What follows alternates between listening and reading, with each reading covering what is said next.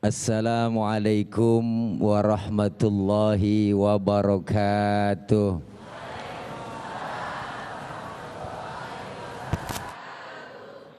Bismillahi walhamdulillah. Alhamdulillahilladzi wa kafa. Wassalatu wassalamu ala sayyidina Muhammadinil Mustafa wa ala alihi wa sahbihi ahli sidqi wal wafa, amma ba'du.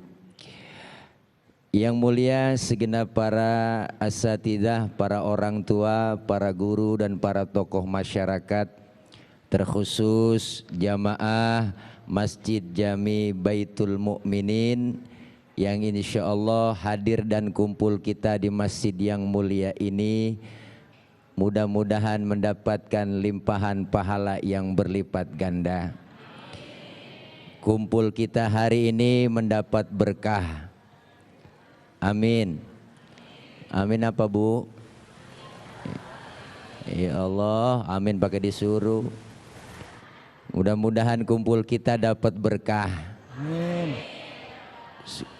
Syukur-syukur bisa ke Mekah, bisa tawaf di Ka'bah, bisa nginep di Mina dan Muzdalifah, bisa sa'i di Safa dan Marwah, bisa wukuf di Padang Arafah, bisa ziarah ke makam Nabi di Madinah. Pulang haji rizki kita bertambah-tambah. Syukur-syukur bisa beli tanah, syukur-syukur bisa beli sawah, syukur-syukur bisa beli rumah, syukur-syukur bisa beli mobil yang mewah, dan syukur-syukur bisa nikah. Amin aja.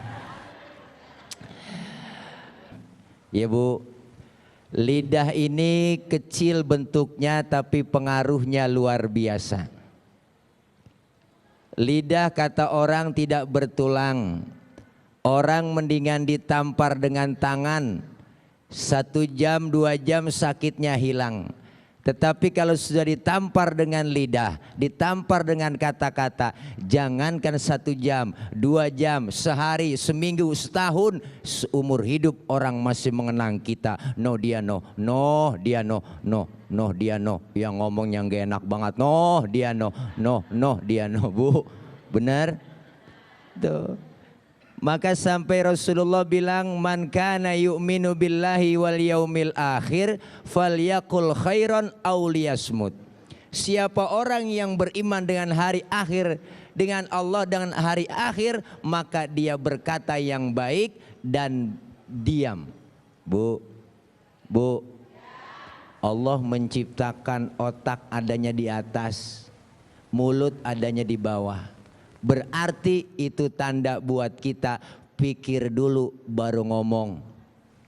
Pikir dulu baru ngomong. Pikir dulu. Tapi kalau ada orang ngomong dulu baru mikir, berarti otaknya didengkul. Iya Bu. Nih, maka lidah ini pengaruhnya luar biasa. Lidah kita bisa menjerumuskan kita masuk ke dalam neraka dan bisa masuk ke dalam surga. Maka berkatalah yang baik-baik. Kalau nggak bisa berkata yang baik, diem aja. Ini kadang-kadang kan kita aneh. Dikasih lidah ngomong asal ceplas-ceplos. Apalagi yang namanya emak-emak Bang. Tuh kalau udah kena ketemu sama temennya, Po sebenarnya kita nih ya ampun nggak ngomongin dia. Iya emang ini sebenarnya nih katanya nih Po nih ya, iya dia kan begitu nih, saya ngomong sama Po doang nih Po. Jangan bilang-bilang ya Po sama yang lain ya, nih rahasia Po, cuma kita doang ya, jangan ngomong, habis semua diungkap. Bener Bu? Nih kita kadang-kadang lidah nggak berasa, sering ngomongin orang yang enggak, sering menggibah, memfitnah. Makanya lidah itu jangan sampai kita keluar yang jelek-jelek. Islam mengajarkan dan menganjurkan menjaga lidah yang baik dengan perbanyak kita zikir, perbanyak baca sholawat. Dengan kita berzikir enak Po menjaga omongan yang enggak baik-baik. Kita ini makhluk sosial. Zon politiken, makhluk sosial, siapa dan betapapun kita perlu orang lain. Dari suku apa kita dilahirkan, warna kulit apapun kita dilahirkan, kita diikat dengan tali akidah. Nih kulit begini warna kita Pak, warna kulit begini, emang kita pesen? Kita kagak mesen, jangan ribut soal warna kulit, bener? Potongan muka kita begini, emang kita pesen? Kita kagak mesen, jangan ngatain orang. Ini kadang-kadang usil banget, ada aja dikata, itu orang hidungnya lucu ya. Hidung orang dibacain, bener Bu? Nih makanya kita diikat dengan tali akidah. Maka kebersamaan, kekompakan, kerukunan dengan menjaga lidah ini menjadi maslahat dalam hidup dan kehidupan kita. Bu, kalau nggak berkata baik nggak bisa diem aja. Itu udah salah satu sifat yang terbaik daripada ngomong yang enggak. Makanya luar biasa kita menyontoh Rasulullah Shallallahu Alaihi Wasallam. Beliau Rasulullah dicaci maki, dihina, difitnah, tetapi Rasulullah selalu menghadapi dengan akhlak yang baik. Pernah satu ketika Rasulullah mau ke masjid, beliau diludahin Bu. Lewat lagi situ hari itu lagi lewat, diludahin lagi. Keesokan harinya ngelihat lagi diludahin, ngelihat ke atas, ya Allah ada yang ludahin. Rasulullah senyum. Keempat harinya nggak ada yang ludahin lewat situ, Rasulullah tangak tengok. Ini kok tumben, biasanya udah ada yang ludahin, sekarang kok nggak ada yang ludahin. Ditegur sama sahabat, ya Rasul nyari siapa? Nggak biasanya saya di sini nggak diludahin, biasanya diludahin. Si Fulan barangkali yang ludahin ya Rasul. Mungkin sakit ya Rasul. Sakit apa? Sakit panas.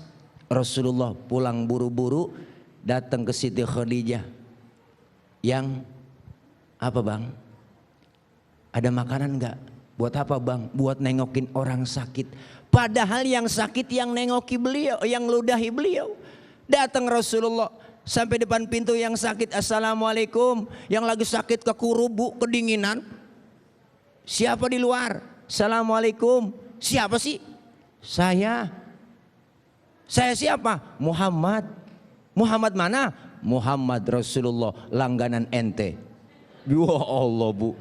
Yang lagi sakit kaget, bangun lari ke kurubnya, ngomong apa yang diucapkan, sodakta ya Muhammad, engkau benar wahai Muhammad, engkau yang setiap hari aku sakiti, engkau yang setiap hari aku ludahi, sekarang aku sakit, satu pun teman belum ada yang bisa jenguk, kamu lebih pertama jenguk aku Muhammad. Sekarang saksikan, asyhadu alla ilaha illallah wa asyhadu annaka Muhammad Rasulullah. Masuk Islam lantaran akhlak. Bu, maka kita sekali dikatain orang, lempar dengan senyuman. Dua kali dikatain, omongin, difitnah, lempar dengan senyuman, dengan bunga-bunga yang indah. Dikatain lagi, lempar dengan bunga-bunga yang indah. Dikatain lagi, lempar bunga sama pot-potnya. Bu, ini Pak, Masya Allah. Iya, kalau kita balas kejelekan dengan kejelekan nggak ngapa-ngapa Bu, nggak kenapa-kenapa.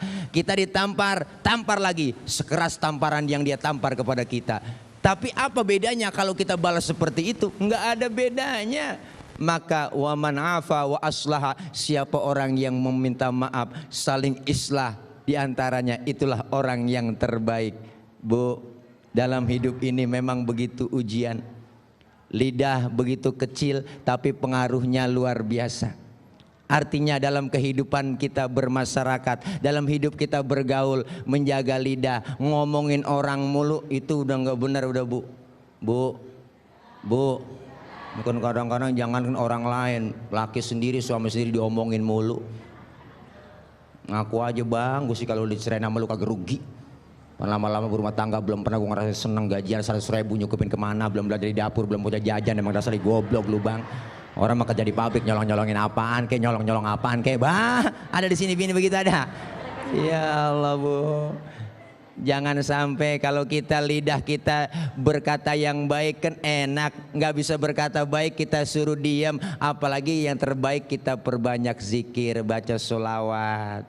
Selawat aja Bu enak. Selawat banyakin, lidah keluar dengan kalimat-kalimat yang baik. Selawat. Selawat. Enak kalau kita sholawat, lagi ribut sama suami juga baca sholawat jadi adem. Enak. Bang, ayo bang berantem. Sebelum berantem selawatan dulu. Lakinya namanya Ahmad, ditunjuk aja, Ahmad ya Habibi, Ahmad ya Habibi, Ahmad ya Habibi, ya Habibi, salam alaika, salam alaika. Bininya namanya Rodiah. Suaminya balas Rodia ya dawalaya. Ya kagak jadi berantem bu, jadi lomba marawis. Nih kan adem kalau kita banyak sholawat, perbanyak zikir, lidah kita, lisan kita basahi dengan zikir. Kalau kita banyak zikir, insya Allah hati jadi tenang. Ala bidzikrillahi tatmainnul qulub, sesungguhnya berzikir kepada Allah hati menjadi tenang. Maka ketenangan itu ada pada lidah kita, tergantung apa yang kita lakukan.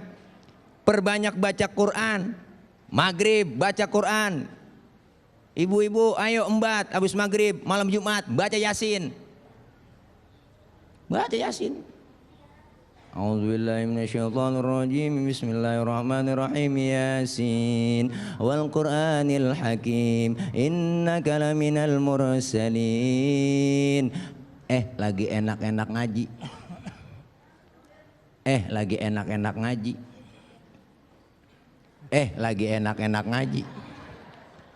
Anaknya yang kecil minta susuin. Boleh bu, nyusuin anak sambil baca Quran. Masukin anak kita ke dalam mukena. Kita ikutin, lanjutin baca Yasin kita. Tanzilal Azizir Rahim. Gelagapan bu, di dalam mukena. Baca Quran. Untuk salah satu meredahkan, jaga lidah kita, perbanyak baca sholawat, banyak zikir, banyak baca Quran. Alhamdulillah. Nawiru buyutakum bisolati wa tilawatil Quran. Terangi rumah tanggamu dengan mendirikan solat dan perbanyak baca Quran. Enak Quran kita baca kapan aja enak bu. Lagi sedih baca Quran enak, bener? Lagi kematian baca Quran enak. Ada lagi sekarat bacain Al-Quran. Makanya kita suruh ngaji bisa baca Quran. Bismillahirrahmanirrahim. Yasin wal Qur'anil Hakim. Ini nggak bisa ngaji, baca Quran nggak bisa, pakai terjemah. Emaknya lagi sekarat. Namanya terjemah pakai bahasa Latin, bahasa Indonesia. Tulisannya ya asin, a-nya banyak, i-nya banyak. Emaknya lagi sekarat, ya asin, ya asin. Emaknya nggak jadi mati bu, langsung bangun itu emak. Tambahin air, tambahin air. Dia kira sayur kali, ya asin aja.